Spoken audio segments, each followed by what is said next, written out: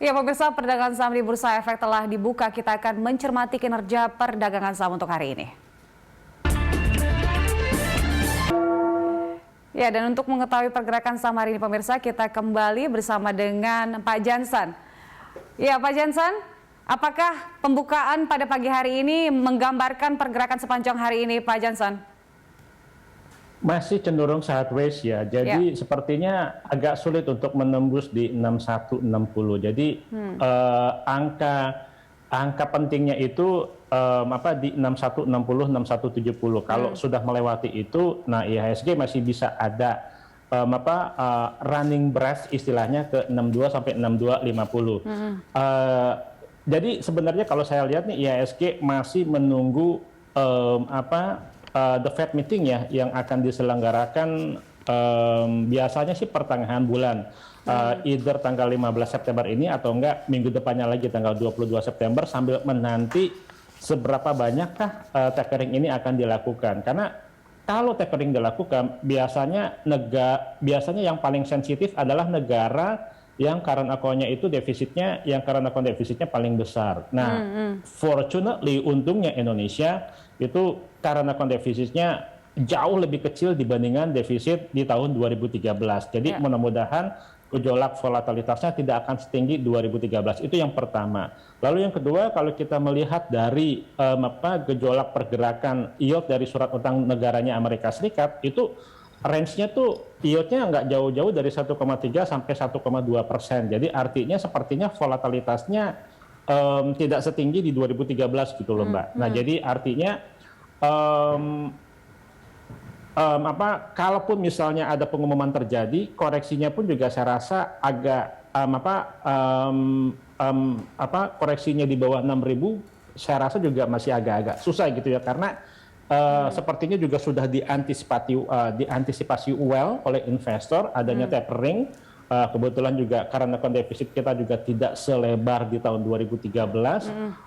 Jadi ya yang paling penting kuncinya adalah melewati resisten ini nih 6160. Bisa nggak gitu loh di dalam pekan ini. Kalau bisa melewati, bagus, bisa menuju ke arah 6250. Jadi kalaupun misalnya pengumuman tapering nanti, jadi koreksinya pun juga tidak akan terlalu jauh di bawah 6000. Jadi masih di sideways range kalau untuk minggu ini antara 61 sampai 6160, Mbak. Nah, menyusul isu tapering ini, Pak Jansan, apakah nantinya sektor perbankan masih menjadi pendorong terbesar untuk menstabilkan indeks kita? Kalau kita melihat tendensi foreign flow ya, memang net inflow year to date, so artinya net inflow-nya itu kemungkinan besar tidak jauh dari sektor perbankan, tidak jauh dari sektor telekomunikasi, tidak akan jauh dari sektor mungkin teknologi ya, yang ada hubungannya dengan sektor teknologi pendukung gitu ya, ataupun yang ada hubungannya dengan konglomerasi yang ada hubungannya dengan teknologi seperti grup Astra ataupun grup MTech.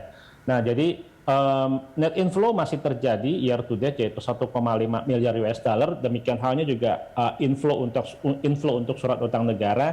So saya rasa IHSG di akhir tahun pun juga masih bisa optimis ya ke arah 64.6.500. Jadi selama masih di side range, kita fokus di sektor blue chip, khususnya di sektor perbankan dan sektor telekomunikasi, dan juga to certain extent sektor teknologi. Jadi sepertinya kalaupun misalnya koreksi, untuk antisipasi tapering tidak akan jauh di bawah 6.000 gitu, Mbak. Baik. Nah, Pak Jansan, untuk hari ini saham apa saja yang masih menarik?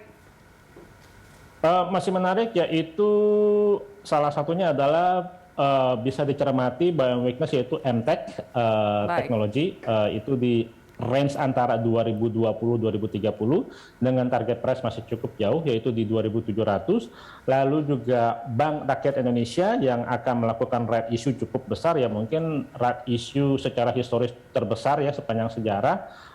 Boleh dicermati Bank BRI level-level antara 3.800 sampai 3.850 dengan target price masih cukup jauh di 4.700. Lalu juga saham boleh dicermati saham Bukalapak ya, buying weakness di level-level antara 880 sampai 890 dengan target price masih cukup jauh di 1.500 karena sektor teknologi itu tidak akan jauh dari kehidupan kita pasca pandemi karena for the sake of efficiency and connectivity teknologi will be there gitu.